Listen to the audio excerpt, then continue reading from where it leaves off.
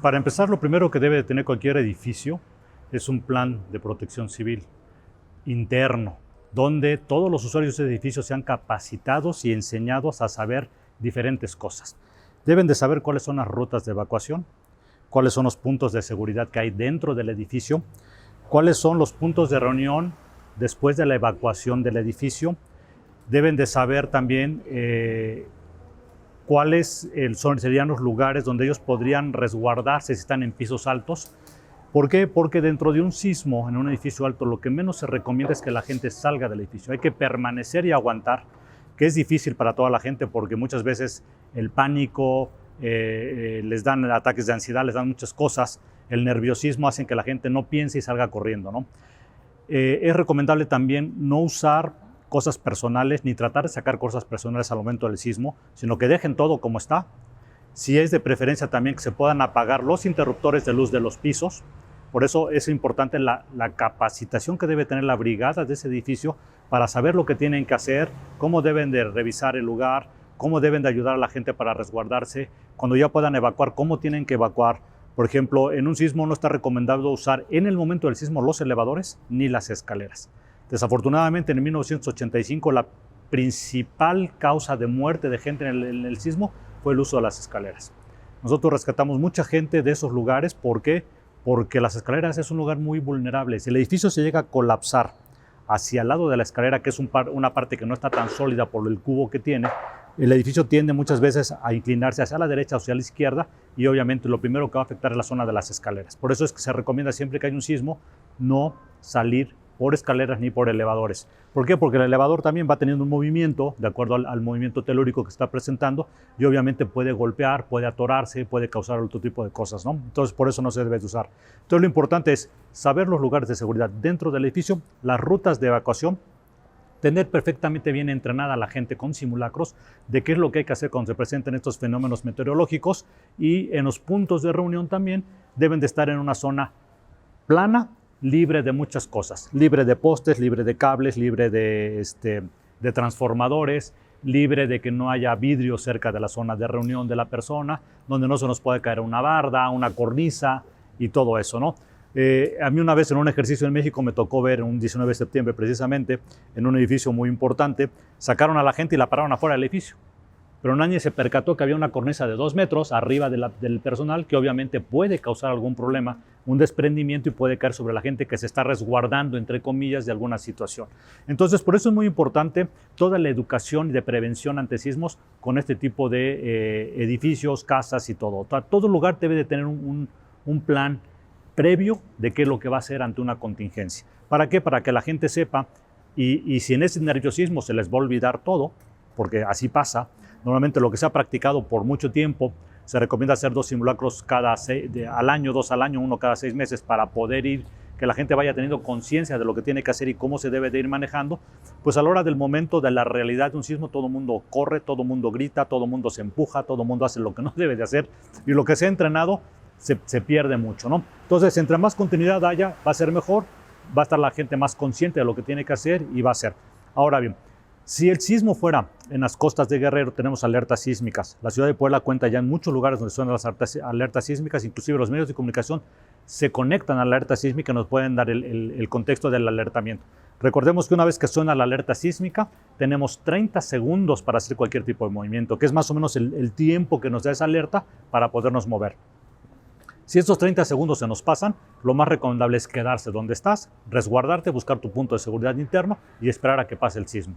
Y por ejemplo, en casa, ¿cómo podemos, o en casa o en oficina, cómo podemos identificar cuáles son esos puntos en los que podemos resguardar? Ok, en ese plan interno de protección civil que hace cada una de las empresas, los edificios, normalmente lo que se recomienda es que se tenga señalética de las rutas de evacuación, de los lugares de seguridad, de los puntos de reunión. Todo eso hay que irlo poniendo porque así lo marca la norma de protección civil de la República Mexicana y debemos tener todos esos anuncios visibles con cierto tipo de medidas, con cierto tipo de colores para que la gente pueda identificar dónde están.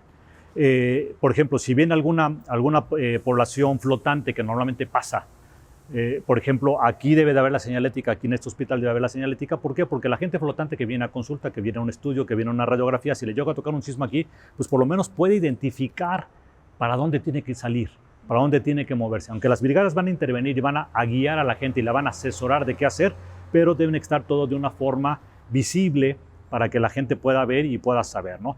Y si ha participado en algún tipo de educación en cualquier lado, obviamente va a saber y va a buscar la señalética que le va a permitir saber para dónde moverse. Entonces, todo esto ya está normado, está regularizado. Todos los edificios públicos lo deben de tener.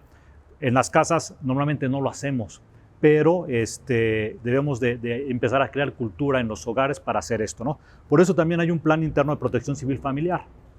De hecho, aquí en Cruz Roja tenemos un curso a la comunidad donde le ayudamos a hacer su plan interno familiar de protección civil para que sepan también qué hacer. Porque, por ejemplo, en una casa, ¿qué te puede causar daño? Estanterías, libreros, anaqueles, y la gente no piensa en eso, ¿no? Entonces, en una casa, si tú tienes un comedor de los que antes usaban con una cajonera y una repisa arriba, donde están guardadas copas, vasos, platos y todo eso, donde guardan la mamá y las abuelitas todos sus recuerdos, tú te paras a un lado de eso y tienes un movimiento oscilatorio muy fuerte, eso se puede caer y te puede aplastar y te puede causar daño. Mucha gente sale corriendo de las casas y no se fija dónde sale. Hay postes, hay demasiados cables, hay transformadores y muchas veces lo hemos visto en el sismo del 17 aquí en Puebla, al recorrer las ciudades para prestar la atención a la gente que tuvo lesiones en ese sismo. Veías a la gente parada abajo de postes con transformadores, donde veían cables de alta tensión que son más peligrosos que los cables normales de luz. Entonces, eso es lo que hay que identificar y lo que hay que saber dónde sí y dónde no. Dentro de la casa también hay puntos de seguridad donde la gente se puede resguardar. Y, por ejemplo, salir de un inmueble de una planta baja, de un solo piso, es muy fácil y muy rápido. Si sonó la alerta, te da tiempo de salir y resguardarte en un lugar seguro. Si fueran 2 pisos, a lo mejor si la gente está en la segunda planta va a tardar un poquito más en moverse y en salir. Pero eso es parte de la educación y de la prevención ante sismos que todo mundo deberíamos de tener en casa, ¿no? Por ejemplo, otra cosa que es importante es saber dónde están colocados los extintores, tanto en los lugares públicos como en casa deberíamos de tener uno. ¿Por qué?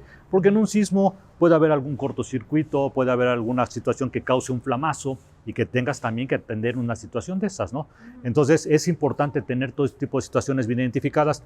Y si yo les preguntara quién de ustedes tiene un botiquín bien hecho y tiene un extintor en su casa, pues todo el mundo va a decir que no lo tiene.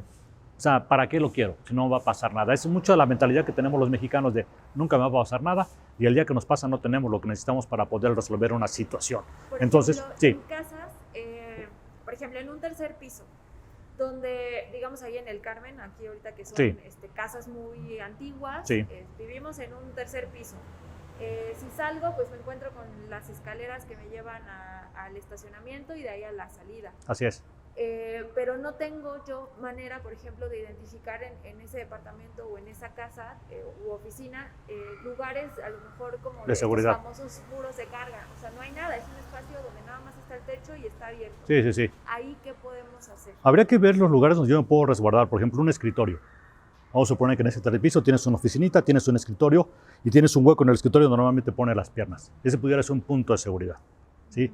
Recordemos que dentro de estos contextos de los sismos hay muchos lugares dentro de las viviendas, dentro de los edificios que nos hacen los triángulos de vida que se conocen, donde son lugares que son aproximadamente de 90 centímetros, donde tú te puedes meter, tomar una posición fetal y resguardarte de la caída de algo directamente. En este tipo de simulacros, en este tipo de ejercicios que se van haciendo, en este tipo de análisis de riesgo que puedes tener, tanto en tu casa como en un edificio, en una oficina, en un hospital, te van dando todas esas pautas de dónde sí y dónde no, ¿sí? Por ejemplo, te voy a comentar, en el sismo del 85, en el edificio de las oficinas administrativas del ISSSTE, allá en Avenida de la República, en ese sismo se salvó mucha gente porque se metieron a los huecos de los escritorios de lámina que se usaban antes. Ahí de ahí sacó mucha gente. Se metieron y ahí se encorvaron y ahí se quedaron. Eso les ayudó mucho a que mucha gente permaneciera con vida. Sin saberlo, porque en aquel momento no había esa cultura de protección civil como la hay hoy, pero el instinto de salvación de la gente los hizo, me meto aquí en lo que a ver qué pasa. ¿Por qué? Porque se empezaron a caer las ventanas, se empezaron a caer las paredes, se empezaron a caer, se vieron muchas cosas ahí y la gente se metió ahí y sin querer ocupó un triángulo de vida, se resguardó y salvó su vida. Entonces, eso es lo importante de esos ejercicios. En casa, oye, ¿para qué hago un simulacro? Pues para que sepas qué vas a hacer, cómo te vas a mover. Tienes niños, tienes mascotas, tienes bebés. ¿Cómo los vas a mover? ¿Cómo los vas a resguardar? ¿Dónde tienes tu maleta con toda tu documentación importante que nada más la vas a jalar y te la vas a llevar, ¿no? Es un poquito la cultura japonesa. La cultura japonesa siempre tiene todo el documento importante en una maletita. Tiene una maleta de sobrevivencia que se va a llevar en caso de un sismo. Pero ya lo tiene todo preparado en un lugar estratégico donde vas a salir y lo vas a agarrar, te lo vas a colgar y vas a salir hacia la calle. Eso es lo que hay que ir haciendo esa cultura aquí en México. Hay que ir educando a la gente, hay que ir capacitando a la gente, hay que ir haciendo esa conciencia para prevenir. ¿Por qué? Porque si desafortunadamente tienes que dejar tu casa por 4, 5, 6 días, 7, 8 días, porque se vio muy deteriorada, pues vas a necesitar tu INE, vas a necesitar tu acta de nacimiento, vas a necesitar tu CURP, vas a necesitar muchas cosas, tu número de seguridad social si es que tienes. Entonces, y a la mera hora, ¿dónde está? Ah, es que lo tenía en el cajón. Pues no, pues fíjate que ese cuarto se cayó y no puedes entrar al cajón.